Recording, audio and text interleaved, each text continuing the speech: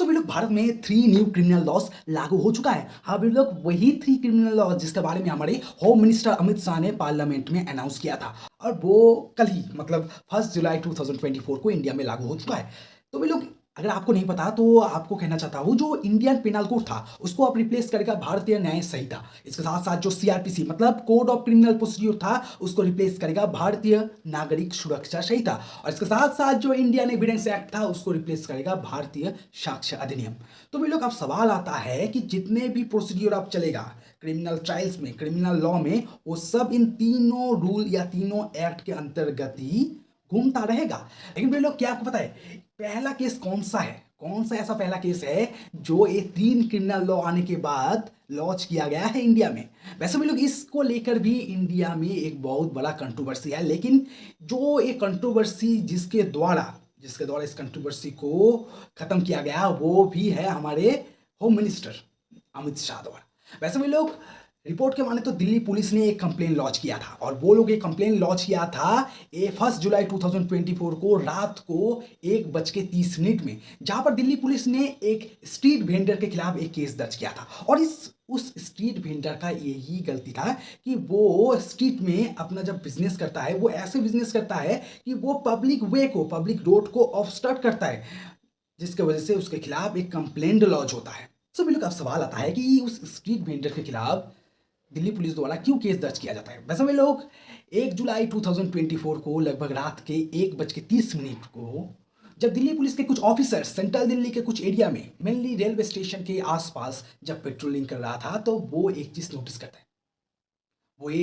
करता है कि एक स्ट्रीट वेंडर जिसका नाम है पंकज कुमार, असल में पंकज कुमार बिहार के रहने वाले हैं, सेंट्रल दिल्ली के कमला मार्केट के नज़दीक जो दिल्ली रेलवे स्टेशन के नज़दीक पड़ता है वहाँ पर एक फुट ब्रिज के नीचे अपना एक दुकान लेके बैठा था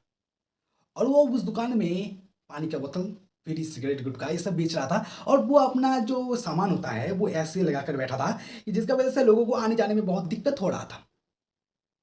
और इसी पब्लिक वे को ऑब्स्ट्रक्ट करने के कारण उसके खिलाफ दिल्ली पुलिस ने एक केस दर्ज करता है। जैसे section 285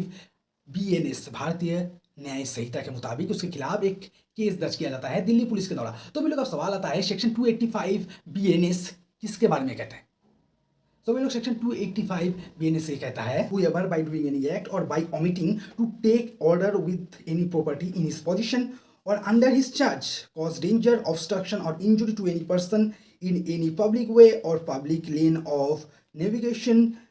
shall be punished with fine which may extend to 5,000 rupees। Interestingly बाद में चलकर दिल्ली पुलिस द्वारा इस केस को डिसमिस कर दिया जाता है आफ्टर एन इन्वेस्टिगेशन और दिल्ली पुलिस ये डिसमिस करता है by the process of review. लेकिन जो कंट्रोवर्सी अराइज होता है वो होता है कि दिल्ली पुलिस का जो एक केस दर्ज किया जाता है कि ये पहली केस है जो क्रिमिनल लॉ लागू होने के बाद लॉन्च किया गया है। बाय द वे ये केस तो डिसमिस भी कर दिया गया है। इसी बीच ये कंट्रोवर्सी अराइज होने के साथ साथ हमारे होम मिनिस्टर मतलब अमित शाह ने इस कंट्रोवर्सी को खत्म करता है, जहां पर अमित शाह ने ये कहता है कि जो पहला केस दर्ज होता है ये दिल्ली पुलिस का ये केस नहीं है, ये पहला केस दर्ज होता है मध्य प्रदेश के ग्वालियर में, जहां पर एक बाइक चोरी करने का केस दर्ज किया जाता है लगभग 1 तारीख को 12:10 में। तो वे लोग एक 3 क्रिमिनल लॉ लागू होने के बाद अब से जो भी क्राइम होगा जिसके खिलाफ भी क्राइम होगा उसके खिलाफ जो जो चार्जेस लगाया जाएगा वो सब भारतीय न्याय संहिता के मुताबिक लागू किया जाएगा। उसके साथ साथ जितना भी प्रोसीड्यूर जो पुलिस क्या करेगा, मजिस्ट्रेट क्या करेगा, कैसे अरेस्ट किया जाएगा, कैसे इन्वेस्टिगेशन किया जाएगा, ये सब रेगुलेट करेगा बाई भारतीय नागरिक सुरक्षा संहिता। उसके साथ साथ ट्रायल में जो एविडेंस जो सबसे इंपॉर्टेंट कड़ी बन जाता है वो रेगुलेट करेगा थ्रू भारतीय साक्ष्य अधिनियम। सभी लोग ये वीडियो अगर थोड़ा भी पसंद आए तो मेरे इस चैनल को सब्सक्राइब कीजिए और ऐसे ही वीडियो अगर आप देखना चाहते हैं तो इस लीगल स्टार को आगे बढ़ाइए।